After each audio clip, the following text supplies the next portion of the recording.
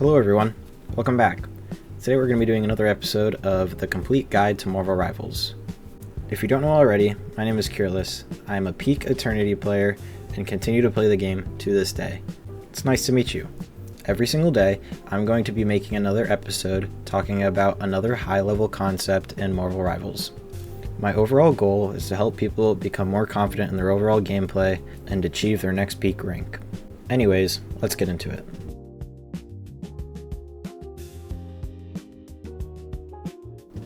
On screen now, I have the complete lesson guide, so if you guys ever want to jump around and choose a lesson that you want to look at, you guys can look at the screen and figure out which lesson you want to watch.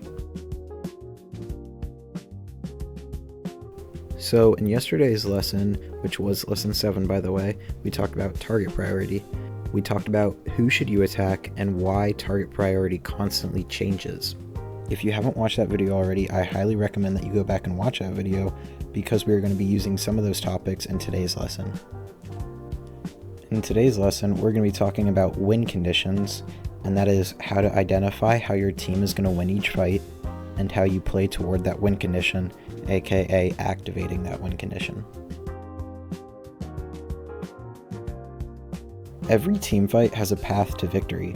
If you don't know what your team is trying to accomplish, you're just hoping that something works, which, if you think about it, really isn't the correct game plan to go about playing Marvel Rivals.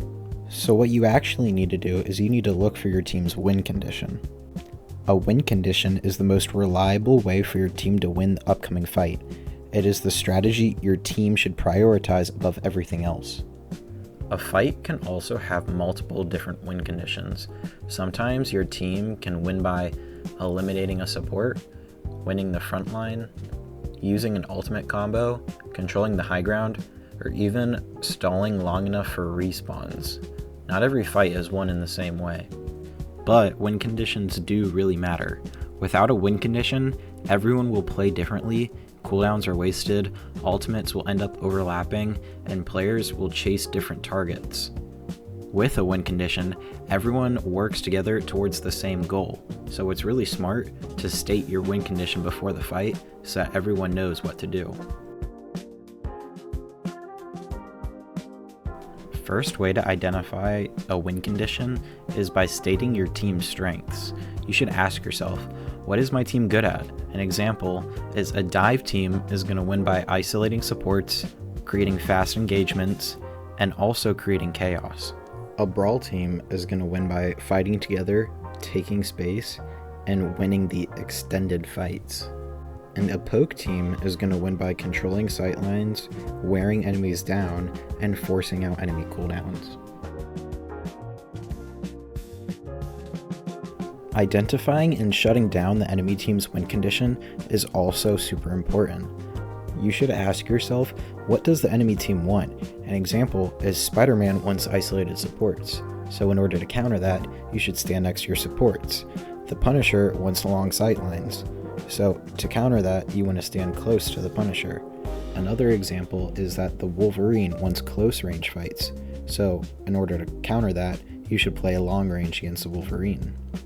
Sometimes your job isn't playing your own win conditions, it's stopping and countering theirs.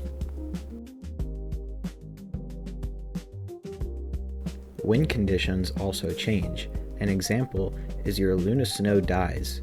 The original win condition is a long fight. Now, you want to burst someone quickly before the fight becomes a healing issue. Another example is the enemy Punisher uses their ultimate. Your win condition constantly becomes survive, don't greed, and then fight afterwards.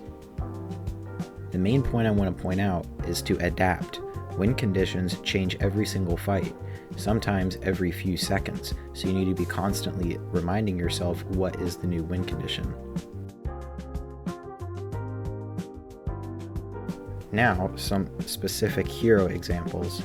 Spider-Man's win condition is to get onto an isolated backline, secure the elimination, and escape safely. The Punisher's win condition is to maintain sightlines, force enemies into open space, and deal consistent high damage. Hulk's win condition is to create space, force cooldowns, and help enable other teammates. Luna Snow's win condition is to keep teammates alive enable aggression, and prevent enemy bursts. So an example that we mentioned shortly before is when you guys are playing Dive. So imagine your team comp is Venom, Spider-Man, Psylocke, Luna, Snow, and Mantis. Now your win condition is to dive together, eliminate one support, and reset so you can build back your cooldowns. The next example is when you guys are on Doctor Strange, Punisher, Hawkeye, Rocket, and Adam Warlock. Together, your new win condition is to hold sightlines, force the enemy to push, and then to punish their mistakes. The last example is the enemy team has 3 ultimates, your team has none. Your win condition is to force out their ultimates and retreat, and then win the next fight. Sometimes winning means not fighting.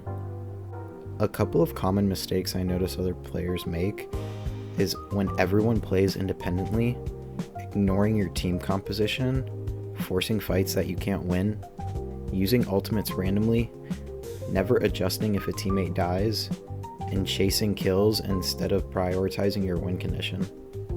So now I have some homework for you guys. Before every fight, you should take 2 seconds and ask yourself, if we win this fight, how is it most likely going to happen? And then after the fight, ask yourself, did we actually play toward that win condition? Now that you know how your team wants to win a fight, the next question is when to actually go for it. In Lesson 9, we'll cover tempo, why timing often matters more than mechanics, and how engaging at the right moment can completely change the outcome of a fight. Tomorrow's lesson will go over tempo, which covers when to engage, when to wait, and why timing actually wins games. Okay guys, that's going to be the end of the video today. I have a couple of notes that I wanted to talk about, and it's pretty much the same thing as yesterday, so if you did watch yesterday's one, you can kind of just skip through this. But I have been requested to make a video describing each character's sub-role, so I will be doing that soon. I am prioritizing this series. This is kind of at the top of my list, and that is going to take a lot of time going through every single character and talking about their abilities, their role, and what they really do. And yeah, obviously I'm going to split that up into a couple of different videos, and the first one's probably going to be like tanks, because I know the person that requested me plays tank. So yeah, let me know if you guys would like to see more gameplay or more slideshow stuff during the lesson. I posted that one yesterday where it was majority gameplay, but honestly I didn't really like the way that it was, so I'm not really going to be doing so much of that. I'm going to kind of try to do what I did today, where I did the hero examples and team fight examples, and I like showed the videos of it just so there's a little bit of gameplay on there, on top of that, this ending gameplay as well. And yeah, so also I am still figuring out this whole like YouTube thing, so if I'm not reading your guys' comments, I'm really sorry. I think I'm going to the right place, but I don't really know what I'm doing. But yeah, that doesn't mean I'm gonna stop posting. If you guys want me to show my comp games, like my best comp games, I can post that as well. I also play other games, but I'm probably going to save that for my streams, because I kind of want this YouTube channel to be strictly Marvel Rivals unless it gets taken somewhere else, and then I might expand. So yeah. Anyways guys, thank you so much for watching the video. If you liked the video, please drop a like, a comment, or maybe even a sub. That would help me out a lot, and I really do appreciate it. Anyways, I'll catch you guys tomorrow. Peace.